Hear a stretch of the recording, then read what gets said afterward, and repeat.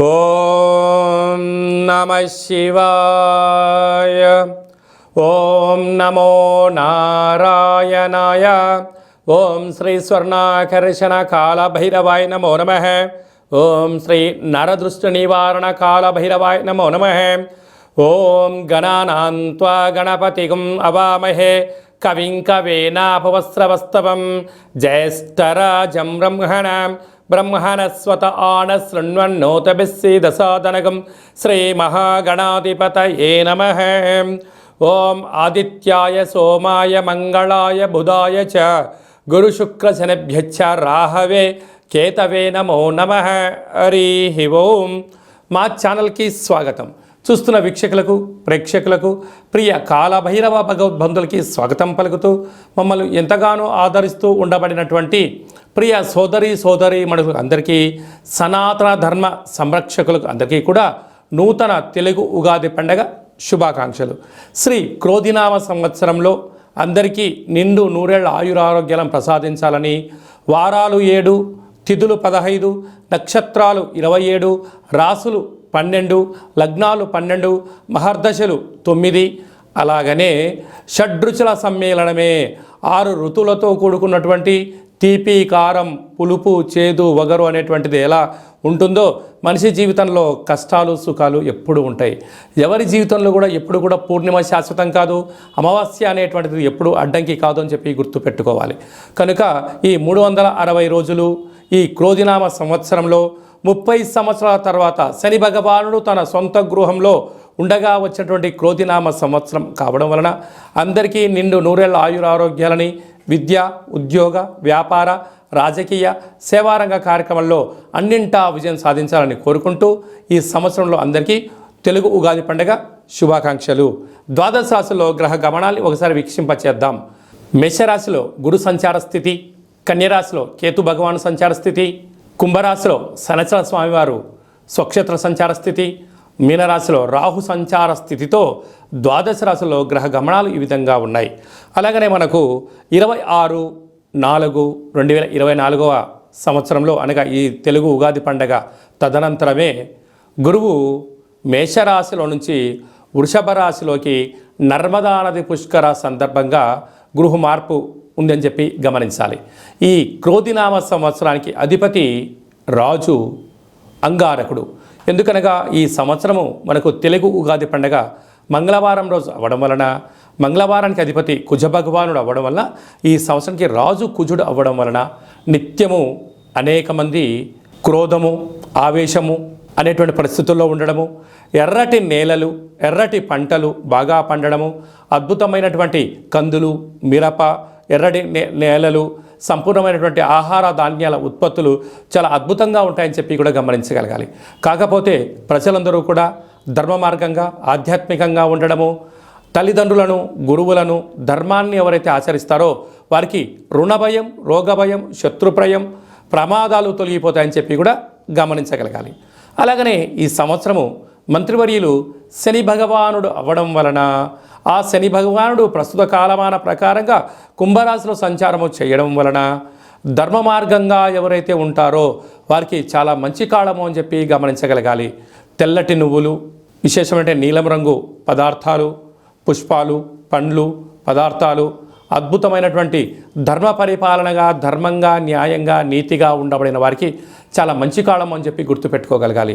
ఎవరైతే అధర్మంగా ఉంటారో, అన్యాయంగా ఉంటారో, రాక్షస జీవన విధానంగా ఉంటారో, గతి తప్పిన జీవన విధానం ఎవరైతే అలవర్చుకుంటారో వారికి అనేక ఇబ్బందులు ఉంటాయని చెప్పి కూడా గమనించగలగాలి.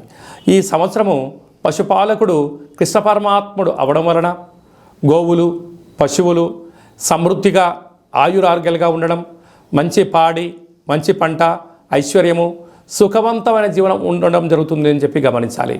కాకపోతే ఈ సంవత్సరము శుక్రుడు అనేక రకాలమైనటువంటి ప్రభావం అధికంగా ఉండడం వలన అనేక మంది నిత్యము రోజు నూతన వస్త్రాలకు, బంగారు ఆభరణాలకు, వజ్ర వైడూర్యాలకు, విలాసవంతమైన జీవితాలకు, ఆధ్యాత్మిక తీర్థయాత్ర కార్యక్రమాలకి మొగ్గు చూపడం జరుగుతుంటుంది. కాకపోతే విచక్షణారహిత జీవితాన్ని పొందడానికి, మద్యమత్తు మాంసాల జీవితాన్ని పొందడానికి ఎక్కువ మంది మక్కువ చూపించే పరిస్థితి ఉంటుంది. కనుక దయచేసి అలా వెళ్లకుండా ఆధ్యాత్మికమైన చింతనతో మీరు ఉండగలిగితే ఈ సంవత్సరము అందరికీ పట్టిందల్లా బంగారం అయ్యేటువంటి యోగ్యత కనపడుతుందని చెప్పి గమనించాలి. శ్రీ క్రోధినామ సంవత్సరంలో మకర రాశి వారికి ఎలా ఉండబోతుందో ఈ వీడియోలో సవివరంగా సంపూర్ణంగా తెలుసుకుందాం. మకర రాశిలో ఏ నక్షత్రాలు వస్తాయనగా ఉత్తరాషాఢ నక్షత్రంలోని 2, 3, 4 పాదాలు, శ్రవణ నక్షత్రంలోని 4 పాదాలు, ధనిష్ఠా నక్షత్రంలోని 1, 2 పాదం కలిపితే మకర రాశి అవ్వడం జరుగుతుంది.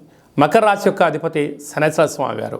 ఆ స్వామివారు ఈ సంవత్సరము మంత్రివర్యులు అవ్వడం వలన మకర రాశి వారికి యోగం, ఆనందం వీరి సొంతం కాబోతుందని చెప్పి గమనించాలి. ఆదాయ వ్యయాలు ఒకసారి పరిశీలించినట్లయితే ఆదాయం 14, వ్యయం 14. చూడండి, మకర రాశి వారు ఎంతటి అదృష్టవంతులు అయ్యా అంటే ఎంతైతే ఖర్చులు ఉన్నాయో అంతే సంపాదించబోతున్నారు. కనుక ప్రతిదీ ఒక ప్రణాళికాబద్ధంగా ఒక నిర్దిష్టమైనటువంటి లెక్కాపత్రాలు ఏర్పరచుకోగలిగితే వీరికన్నా అదృష్టవంతులు ఏ రాశి వారు లేరు అని చెప్పి గమనించగలగాలి. ఎందుకనగా సంపాదించడము, పోగొట్టడం పక్కన పెట్టినట్టయితే ఎలాంటి ఇబ్బందులు లేవు. నదిలో నావ సాగిపోయినట్టు మీ యొక్క జీవన విధానం సాగిపోతుంది. ఒకవైపు 30 సంవత్సరాల తర్వాత ఈ క్రోధినామ సంవత్సరము శని భగవానుడు తన స్వక్షేత్రంలో ఉన్నప్పుడు రావడం వలన ఈ యొక్క మకర రాశి వారికి అద్భుతమైన రోజులు అని చెప్పి గమనించాలి. అలాగనే రాజ్యపూజ్యం 3, అవమానం 1. కనుక విద్యార్థులకు, ఉద్యోగస్తులకు, వ్యాపారస్తులకు, స్వయం వృత్తుల వారికి, పెట్టుబడులు పెట్టేటువంటి వారికి ఎప్పుడు కూడా సమాజం, తల్లిదండ్రులు, బ్యాంకులు సకాలంలో రుణము, ధనం అంది ఆనందకరమైన జీవితానికి వీరే కేంద్ర బిందువులు అని చెప్పి గమనించగలగాలి. అలాగే ఒకసారి మన కందాయ ఫలితాన్ని మనం పరిశీలించినట్లయితే ఆగస్టు పండగ నుండి, అంటే శ్రావణ మాసం నుండి తిరిగి ఉగాది పండగ వరకు మధ్య 0, చివరి 0 కారణం వలన వాహన ప్రమాదాలు పొంచి ఉన్నాయి. ఉండబడిన వృత్తులలో, ఉద్యోగాల, వ్యాపారాలు ఆటంకాలు రాబోతున్నాయి. దయచేసి రుణాలు ఇవ్వద్దు, రుణాలు తెచ్చుకోవద్దు. దీనివల్ల వాహన ప్రమాదాలు, ఒత్తిడి, సర్జరీలు జరిగేటువంటి పరిస్థితి చాలా అధికంగా ఉంటుందని చెప్పి గమనించగలగాలి. శ్రవణ నక్షత్ర జాతకులకు, ధనిష్ఠా నక్షత్ర జాతకులకు చాలా బాగుందని చెప్పి గమనించగలగాలి. కనుక ఒకవైపు వీరికి ఏళ్ళనాటి శని చివరార్థ సంచార స్థితిలో ఉంది. ఈ సంవత్సరం అంతను కూడా శని భగవానుడు చివరిగా ఉండడము, ఈ యొక్క మంత్రివర్యులు శని భగవానుడు అవ్వడం వలన ధర్మంగా, న్యాయంగా వీలైనంత వరకు ప్రతి శనివారము ఏకభుక్తము అనగా ఒక పూట భోజనం చేయడము, చాప మీద పడుకోవడము, పక్షులకు, గోమాతలకు దానం చేయడము, పుష్కర స్నానము చేయడం వలన ఈతి బాధలు, రుణ బాధలు, శత్రు బాధలు, ఆరోగ్యానికి సంబంధించిన బాధలు తొలగిపోతాయని చెప్పి గమనించగలగాలి. కనుక మీరు స్వర్ణాకర్షణ కాళభైరస్వానికి స్మరణ, స్వర్ణాకర్షణ కాళభైరస్వామి ఆనంద దీపం పూజా మంత్రంలో స్వర్ణాకర్షణ కాళభైరస్వామి ముగ్గును ఇంటి బయట ఏర్పాటు చేసుకోవడం వలన సకల అష్టకష్టాలు తొలగిపోయి ధర్మంగా, న్యాయంగా ఉండడం వలన ఐశ్వర్యం, ఆనందం వీరు సొంతం కాబోతుంది. కనుక మకర రాశి వారంతా అదృష్టవంతులు ఎవరు లేరు అని చెప్పి గమనించాలి.